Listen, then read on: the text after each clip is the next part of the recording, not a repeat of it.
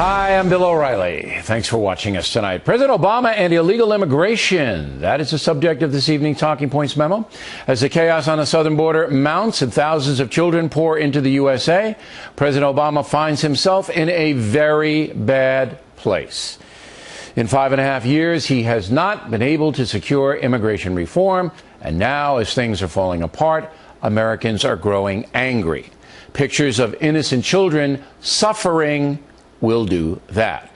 So the president has decided to take matters into his own hands. Because the Republican Party senses political danger, it will not even consider immigration reform this election year. So the president says he'll do it by himself. The failure of House Republicans to pass a darn bill is bad for our security, it's bad for our economy, and it's bad for our future. And that's why today I'm beginning a new effort to fix as much of our immigration system as I can on my own, without Congress. Now, here's what's fascinating about that. Some of the president's immigration solutions will anger his liberal base. Our message absolutely is don't send your children unaccompanied on trains or through a bunch of smugglers. That is our direct message to the families in Central America. Do not send your children to the borders. If they do make it, they'll get sent back. Wow.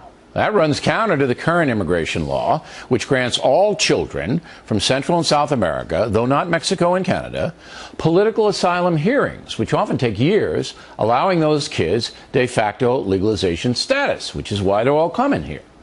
Again, President Obama wants to eliminate that law and send the kids back home quickly.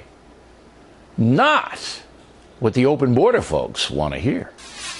I would say every child that comes into this country we should take care of. I'm with Kirsten Powers. I think those children are just like refugees that came from the Irish famine, came from Jews were being persecuted in Germany. They're escaping war and political instability.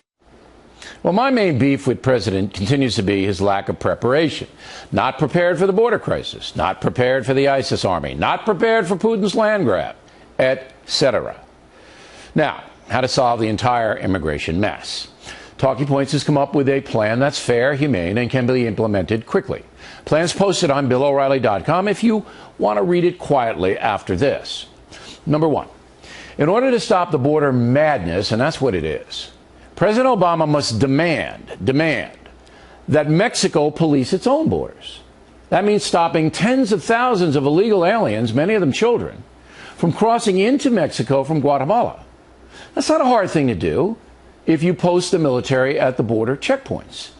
In addition, the Mexican army must patrol the border with the USA, stopping the human smugglers and border intruders. On the other side of the border, the American army will also be patrolling to back up the U.S. Border Patrol at the hottest spots, like the Rio Grande Valley in Texas.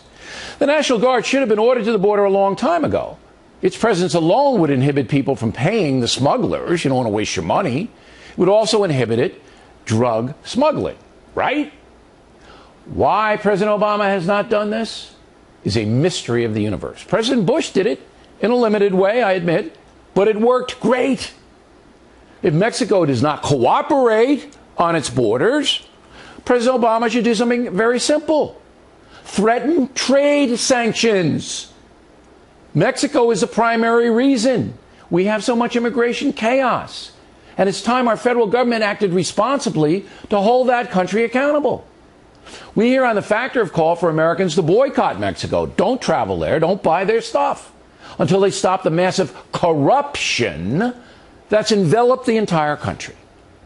Mexico should allow American planes, for example, to conduct surveillance in its airspace, to pinpoint illegal immigration camps on the ground, and stop the flow of folks El Norte. Strong action by President Obama is needed right now. And believe me, the Mexican government would respond to any threat of trade sanctions. Now, what about the undocumented aliens who are already here? First, all of them must register at their local post office within 3 months, providing name, age, family members, country of origin, and address in the USA. All of them.